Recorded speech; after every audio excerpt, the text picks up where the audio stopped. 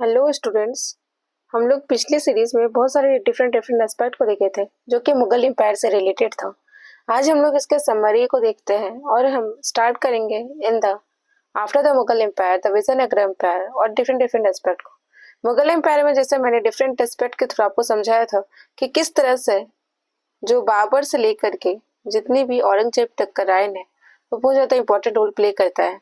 Mughal empire अपने art और culture के लिए भी बहुत ज़्यादा जाना जाता है, जिसमें डिफरेंट डिफरेंट तरह के टेम्पल और डिफरेंट डिफरेंट तरह की टेक्निक का यूज किया गया था। मॉस्क टेक्निक बोल सकते हैं इसे ज़्यादातर, है ना। इसे हम लोग समझ सकते हैं कि आर्क वाला जो टेक्निक था वो भी आपका इसी से लिया गया था, और ताजमहल जैसे बड़े बड़े जितने भी 8 वंडर्स में काउंट होते हैं टुडे, वो भी कहीं ना कहीं इन्हीं से रिलेटेबल है। तो इस तरह से हम लोग समझने का कोशिश करेंगे कि किस किस तरह से आर्ट एंड कल्चर जो है वो मुगल एम्पायर में फ्लरिशमेंट की तरफ ले जाया गया। हम लोग अकबर के बारे में भी समझे थे। अकबर के राइन को बहुत ज़्यादा इंपॉर्टेंट रूप से देखा जा सकता है, क्योंकि अकबर जो है वो खुद में ही बहुत ज़्यादा इंपॉर्टेंट रोल प्ले करते हैं in different different aspect. Akbar के राइन का सबसे ज़्यादा इंपॉर्टेंट है कि वो रिलीजियस टॉलरेंस पे बहुत ज़्यादा भरोसा करते थे। रिलीजियस टॉलरेंस उनके लिए बहुत ज़्यादा इंपॉर्टेंट था, जिस कारण से वेरियस कंसेप्ट को हम लोग समझ सकते हैं जो कि कल्चरल सिंथेसिस से भी रिलेटेड है। कल्चरल सिंथेसिस बोले तो कि डिफरेंट डिफरेंट कल्चर्स का आपस में अमलगमेशन यानी आपस में मिलना, तो उससे क्या होता है, कल्चर का सिंथेसिस होता है, जिसे 3 लाइन पिछली वीडियो में मैंने आपको समझाया था। इससे क्या होता है, यूनिटी फॉस्टरिंग होती है यानी यूनिटी बनती है, और फिर इसमें डाइवर्स कम्युनिटी का भी भला होता है। और ये इम्प्लीमेंट करना चाहते थे ताकि इंडिया का रिच हेरिटेज और जो प्लूरलिज्म है उसको हाईलाइट किया जाए। तो अकबर की जो टॉलरेंस पॉलिसी, रिलीजियस टॉलरेंस, वो बहुत ज़्यादा इंपॉर्टेंट रोल प्ले करती है एज अ पावरफुल लीडर। इस कारण से ये एक विजनरी लीडर के रूप में आपको देखे जा सकते हैं। ताजमहल भी जो है वो आपका बहुत ज़्यादा इंपॉर्टेंट रोल प्ले करता है। आप इसके आर्किटेक्चर एस्पेक्ट को देख करके समझ सकते हैं कि how beautifully the design is designed, because the colour of the Taj Mahal is often changed after the sunlight और द सनसेट। सनलाइट और सनसेट के समय में क्या होता है, ताजमहल का कलर भी चेंज दिखता है। तो इस तरह से हम लोग समझ सकते हैं कि किस तरह से उसने आर्किटेक्चर का बेहद ध्यान रख करके और इसे डेवलप करने में अपना रुचि दिखाया होगा। यहाँ पर आप जो देख सकते हैं, ये जो वाटर बॉडी है, ये मुगल एम्पायर का सबसे ज्यादा बड़ा कंट्रीब्यूशन है। हम लोग समझ सकते हैं क्यों, क्योंकि इन्होंने वाटर बॉडी को हमेशा ध्यान रखा। उन्होंने आसपास जो है 4 बगान वाला जो सिस्टम था उसे अपनाया। 4 बगान का सिस्टम कहता है, बताया जाता है कि यहाँ पर 4 तरफ से पानी आ रहा है, ठीक है, और यहाँ पर आपका क्या है, फ्लावर या फिर बगान बोल सकते हैं।